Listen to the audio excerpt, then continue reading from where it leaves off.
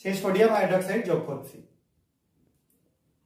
দেখো সলিউশনটা ডিজলভ হয়ে গেল পুরোপুরি, একটু সামান্য টার্বিড থাকলো, কারণ ক্ষারের মধ্যে প্রোটিন বা অ্যালকালির মধ্যে প্রোটিনটা খুব ভালো মতো ডিজলভ হয়।